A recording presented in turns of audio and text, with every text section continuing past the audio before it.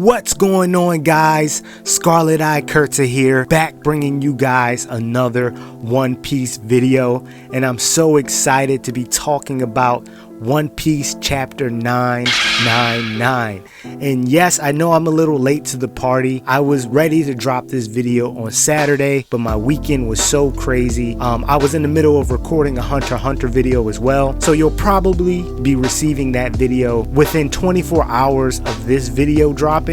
So if you guys like Hunter x Hunter, definitely be excited for that, because that's a fun video, a fun little theory video that I did. So that's coming soon. But today, let's talk about 999. I want to share my thoughts with you guys. And because I know many of you guys probably seen a lot of reviews on this chapter already, it was just so crazy.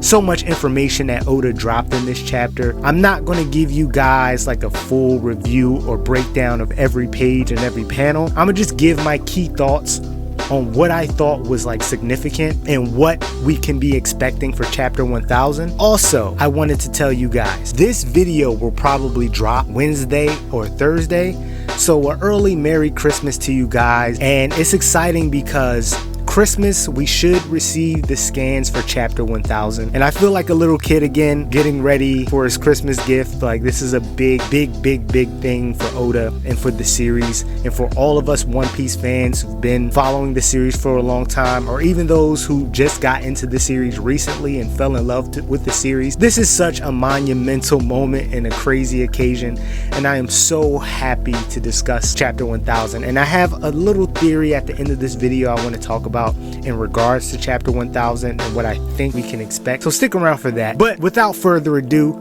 let's hop right into the discussion of chapter 999. So right off the bat, we see Yamato and Ace clashing, and again, Oda's showing us how powerful Yamato is, blocking the attack from Luffy, blocking the attack from Ace, and then we seen earlier her hitting Ulti with an attack and kind of knocking Ulti out temporarily. But Yamato is powerful, and Ace mentioned in this chapter he's surprised that she's not a captain. So we got to put some respect on Yamato's name. I think she's at the very least commander's level, and I can't wait to do a power scaling video and kind of talk about some of these characters and where I think they're ranked. But Yamato is, she's pretty incredible, or he's pretty incredible, I should say. Yeah, so that was pretty cool to see. Ace was really rampaging in Onigashima. I'm assuming these people we see on the ground are beast pirates, maybe some of Kaido's lackeys that he left to guard Onigashima, and they did a terrible job. And it's hilarious because he was causing so much trouble. Even Yamato didn't want to have to come in to stop him, because she doesn't like her father. She didn't want to defend Onigashima, but she kind of felt the need to, because he was going off. Another observation that I have, and what I thought was nice to see, was Yamato and Ace kind of bonding in a way. In such a short period of time, they kind of clicked with each other, and that was really cool. It felt really organic and natural. It didn't really feel too forced. Also, the Yamato for Straw Hat people should feel really good after this chapter. We get more information finding out that Yamato wants to go out to sea and have an adventure. I definitely think by the end of Wano, obviously Luffy will free Yamato's chains, and Yamato will join the Straw Hat Pirates to go on adventures. So I think Oda is foreshadowing that. This is just my opinion. Let me know what you guys think in the comments, but I think it's a pretty done deal that Yamato will be a Straw Hat by the end of this run. It was also interesting to see Yamato explain to Momonosuke how he views himself as Kozuki Oden, which was pretty cool to see Momonosuke's reaction, and it was kind of funny. But I think this is more validation to the theory that I have that Yamato will end up with Ame no Habakiri. If you haven't seen a video, because my very first ever YouTube video was about how Yamato will end up with Oden's sword, so if you're curious to hear more about that, go check out my first video discussing how Yamato ends up with that sword. And I think Momonosuke is going to build a good bond with Yamato, to the point where he trusts Yamato to wield his father's sword. Like I mentioned in that video, I think it's going to be a great honor for Yamato to own one of Kozuki Oden's actual blades to kind of help defeat his father. So I think it's cool. I could be totally wrong, and that's okay. I think things like this is what made me want to discuss and be a YouTuber and a part of the One Piece community, because I enjoy coming up with theories and trying to decide where Oda is going with the story.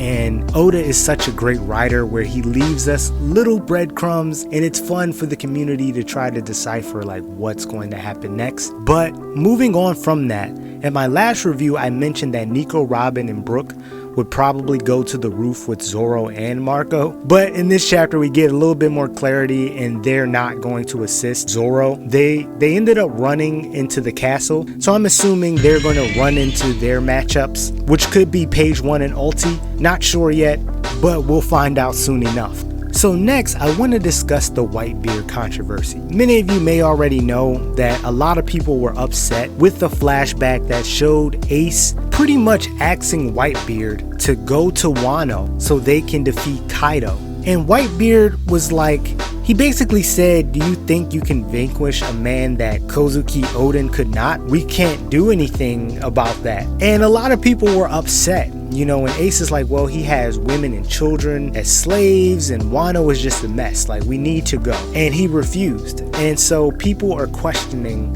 Whitebeard as a character and why he did not go and assist. Well, Oden was already dead at that point, so there's nothing he can do to save Oden, but still. What about Momonosuke and Hiyori? They were born on his ship. Why not try to help the people of Wano? Also, Izo is from Wano as well, and we seen Izo in this chapter tell Ace, like, I'll go with you. You know, if that's what we have to do, I'll go as well and assist. But Whitebeard did not want to go back to Wano to face off with Kaido. In my opinion, I do feel a little weird about his choice not to go and assist the people of Wano. I just feel like Oden has proved his loyalty to Whitebeard, and from what we saw depicted in the flashback with Oden, Whitebeard and Oden were very close. Like, Oden had his entire family on Whitebeard's ship. You know, he had his wife and his children on Whitebeard's ship. They were on many adventures together. And I just think that, you know, I hear both sides of the argument, because, you know, you have people arguing that, well, you know, Oden was already dead, right? And Wano was already kind of what it was. So it was no need for him to go and possibly lose his other crew members in a fight with Kaido, you know, especially if he believed that he couldn't defeat Kaido or whatever, you know, whatever his thought process was, he chose not to go to Wano and fight Kaido. From my perspective, Whitebeard showed a little weakness. And let me clarify, I don't dislike Whitebeard because he chose not to do this. I don't hate his character. You know, I still love Whitebeard as a character. But looking at it from like our protagonist's perspective, which is Straw Hat Luffy, right? We know what Straw Hat Luffy would do in that situation regardless. He's not afraid, and he's going to fight for his comrades. He's going to give his life for his comrades. And I just felt like Whitebeard showed weakness. You know, I think obviously during Marineford he rectified that with going to save Ace and giving his life to try to rescue Ace, you know, but I think in that same situation he should have done something. At least go check on Momonosuke and Hiyori and find out if they're cool. You know, they were born on the ship, and Lady Toki or whatever. You know what I mean? Or maybe he knew or got some sort of intel that Momonosuke went to the future with Kinemon, or that Hiyori was okay. Like, how would he have known that? And the fact that he didn't even really like try to go rescue them or find out, that was just an interesting moment. And I feel like we need more context, because Oda flat out made Whitebeard look bad to some degree. I have to say, like, again, I don't hate Whitebeard, I don't dislike Whitebeard, I still love Whitebeard, I still think he's a boss, but that just was a smear on his resume, so to speak, you know. But moving on real fast, I just want to say I thought it was cute for Momonosuke and Otama to get the information about Luffy and Ace respectively, and finding out how they're brothers. I thought that was cute, and I thought that was a nice little interaction. But let's get to the main event of the chapter, the big reveal of Kaido's devil fruit, the Oro Oro no Mi, the fish fruit. Nani? Nani? By the way, Big Mom referred to that fruit as being legendary. So I'm trying to understand what this means. he has a mystical fish fruit. We all know that obviously it's some sort of fish dragon variant, so he probably has a fish transformation. But again, what does that mean? Because he is known as the strongest creature on land, sea, and air. Is it possible for Kaido to survive underwater?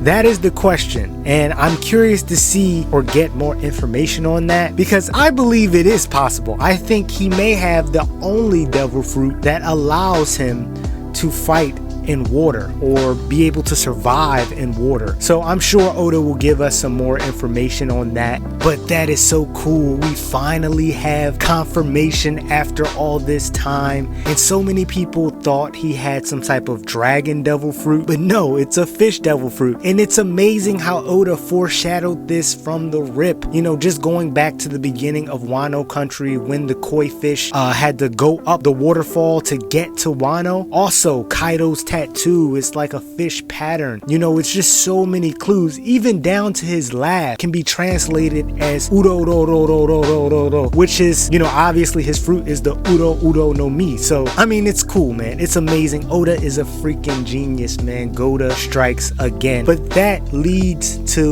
my segue and how I want to close this video discussing what I think can happen in chapter 1000. And like I said, Oda leaves a lot of clues and breadcrumbs in front of us for us to try to decipher. I believe we could possibly see the reveal of the Will of D. Library of Ohara pointed this out in one of the chapter secret articles that he writes for each chapter. And shout out to Library of Ohara. I'm going to leave the link to the website in the description. So if you want to go read more on that or check that out, you know, check out the link in the description. But Library of Ohara pointed out the Will of D could possibly be revealed in chapter 1000. Oda has been hinting at this.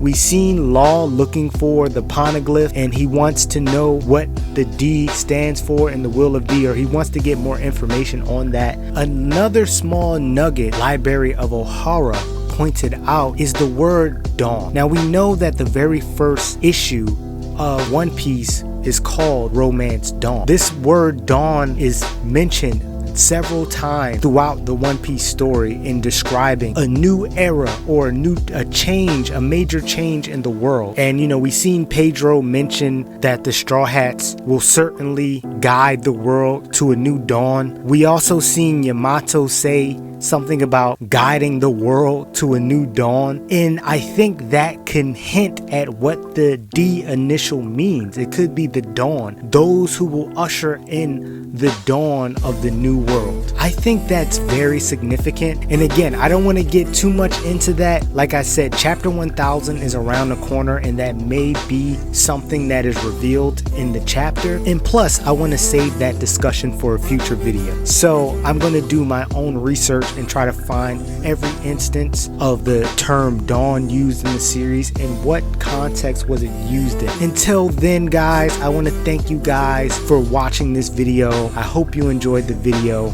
Like I said, chapter 1000 is right around the corner, so it's such an exciting time to be a One Piece fan. Shout out to Oda, man. He's doing it. He's delivering for us One Piece fans. But that's all I have for you guys today. Be sure to check out my chapter 1000 review, which will be out this Saturday. Hope you guys have a happy Christmas holiday, and I'll see you guys in the next video.